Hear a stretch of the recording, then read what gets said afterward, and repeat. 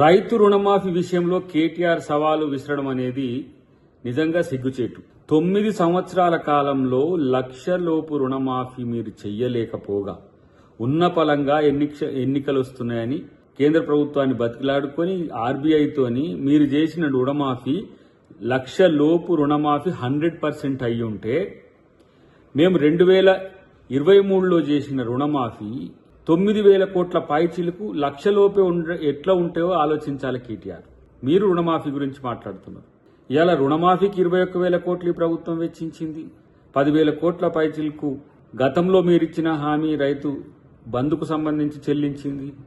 తర్వాత మేము దాదాపు 10,000 కోట్ల పైచిలకు మేము రైతు భరోసాకు చెల్లించాల్సి వచ్చింది. ఒకే ఒక్క ఆర్థిక సంవత్సరంలో 40,000 కోట్ల రూపాయలు ప్రత్యక్షంగా ఈ ప్రభుత్వం చెల్లిస్తే 100% అయిందా? ఎక్కడికి పోదాం, ఇక్కడికి పోదాం, అక్కడికి పోదాం అనేసి సవాళ్లు విసరడం అంటే సిగ్గనిపిస్తలేదా మీకు?